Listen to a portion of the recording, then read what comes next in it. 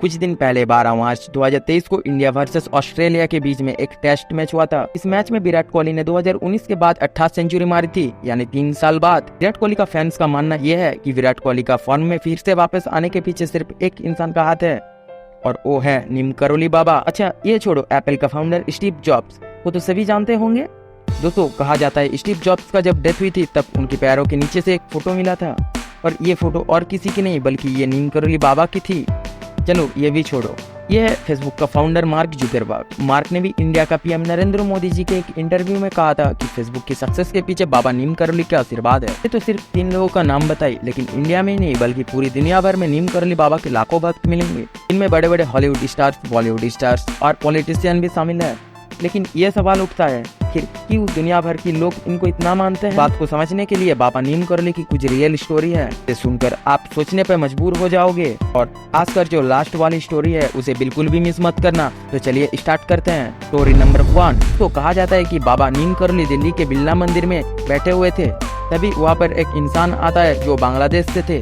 But सरप्राइजली उस बंदे ने कुछ बोलने से पहले ही बाबा ने उसे कहा कि तू चिंता मत कर, तेरा भाई जल्दी जेल से छूट जाएगा और पूरे देश पे राज करेगा, इसीलिए तू यहाँ पर टाइम खोटा मत कर और घर जाके अपना भाई का वेलकम की तैयारी कर। बाबा की बात सुनकर वो बंदा हैरान हो गया कि उसका भाई पाकिस्तान की मियाबुल जेल में बंद था और उसके भाई को मौत का सजा सुनाई गई थी, इसलिए वो कब मर जाएगा उनकी कोई गारंटी नहीं थी। बाबा की कही बात उस बंदे को हजम नहीं हो रही थी। तो आप यकीन नहीं करेंगे, कुछ दिनों बाद उस इंसान का भाई को जेल से छोड़ दिया गया, और इतना ही नहीं बल्कि उसका भाई जेल से बाहर आने के बाद तुरंत ही बांग्लादेश का पहला प्रेसिडेंट बन गया। इसका नाम शेख मुजीबुर रहमान था। अब इस बात को आप बाबा की चमत्कार कह लो या सिर्फ एक कोइंसिडेंट, लेकिन इस इवेंट को इग्नोर नहीं किया जा सकता। और इग्नोर करने के लिए ऐसा एक नहीं बल्कि कई सारे इंसिडेंट है जिन्हें खुद हार्वर्ड यूनिवर्सिटी के प्रोफेसर मिस्टर रिचर्ड अल्पर्ट ने अपने बुक मिरेकल ऑफ लव में मेंशन किया है। ये Oscar winning Hollywood star Julia Robert है। में जूलिया रॉबर्ट ने कहा कि नीम करोली बाबा की फोटो देखकर जूलिया ने हिंदुइज्म एक्सेप्ट कर लिया था। खुद भी नहीं पता चला बाबा की फोटो देखकर उसके साथ एग्जैक्टली हुआ क्या था। Isn't that magical? और इतना ही नहीं बल्कि ये भी कहा जाता है कि स्टीव जॉब्स का लाइफ में जब बहुत सारे फेलियर्स आ रहे थे तब डॉक्टर लैरी विलियंट ने उन्हें बाबा नीम करोली के कैची धाम को जाने के लिए बोला था।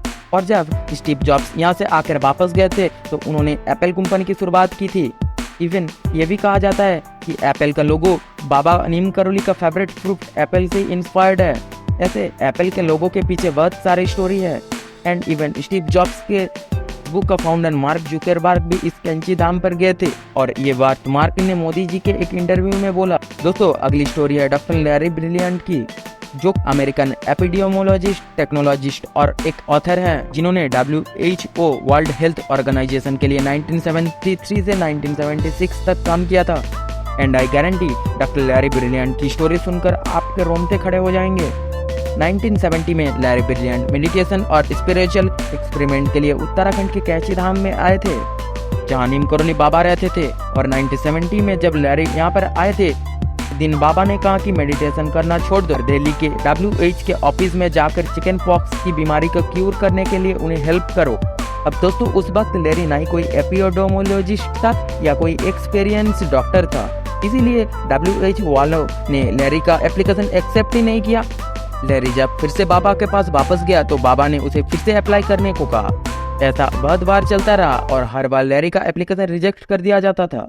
लेकिन एक दिन बाबा के एडवाइस से लैरी ने WHO को मेंबर से कहा कि एज ए डॉक्टर नहीं, मुझे किसी भी पोजीशन में हायर किया तो भी चलेगा। और फाइनली WHO में एक वैकेंसी निकली। लैरी को एडमिनिस्ट्रेटिव असिस्टेंट यानी कि सेक्रेटरी की पोजीशन के लिए हायर किया गया। लेकिन लैरी के पास चिकन पॉक्स को लेकर कोई एक्सपीरियंस नहीं था, इसीलिए लैरी को सिर्फ ऑफिस में ही बैठना पड़ता था। और एक दिन लकीली 2 रशियन डॉक्टर को इंडियन रीजन के लिए असाइन किया गया। उनमें से एक डॉक्टर के पास कोई असिस्टेंट नहीं था, तो उस डॉक्टर के साथ फील्ड में जाने के लिए लैरी को सिलेक्ट किया गया। और इसके आगे जो हुआ वो सच में अनबिलीवेबल है।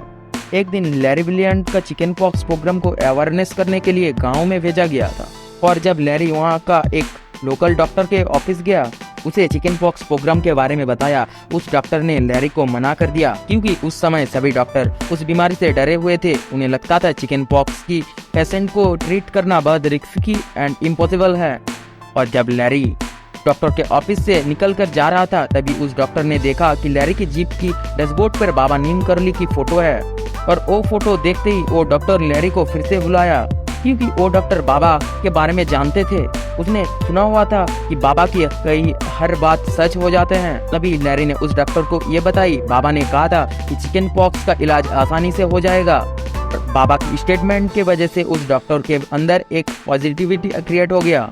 उसने उस रीजन के सभी डॉक्टर्स को इस बारे में बताकर चिकन पॉक्स पर ट्रीटमेंट करना शुरू कर दिया और कुछ ही दिनों में वो रीजन प्योरली कंप्लीट हो गया।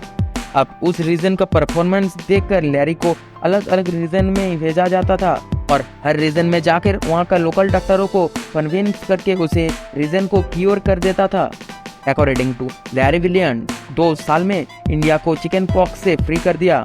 1974 इंडिया में 1,80,000 से भी ज़्यादा चिकन पॉक्स से केसेस थे। ऑलमोस्ट एक ही साल में करीब 30,000 लोगों की डेथ हुई थी। चिकन पॉक्स को क्योर करने के लिए 30 अलग अलग कंट्री से 400 एपिडेमियोलॉजिस्ट और उनके साथ 1 लाख इंडियन वर्कर्स मिलकर इस बीमारी को इराडिकेट करने के में लगे हुए थे। लैरी विलियम्स कहता है कि उस टाइम इंडिया में ऑलमोस्ट सभी लोग कहते थे कि ये बीमारी कभी भी ठीक नहीं होगी, लेकिन बाबा ने कहा था कि ये बीमारी 100% ठीक होगी and it was really true. ये थी नीम करली बाबा की कहानी और ऐसा ही पावरफुल वीडियो देखने के लिए हमारे चैनल में जुड़े रहे।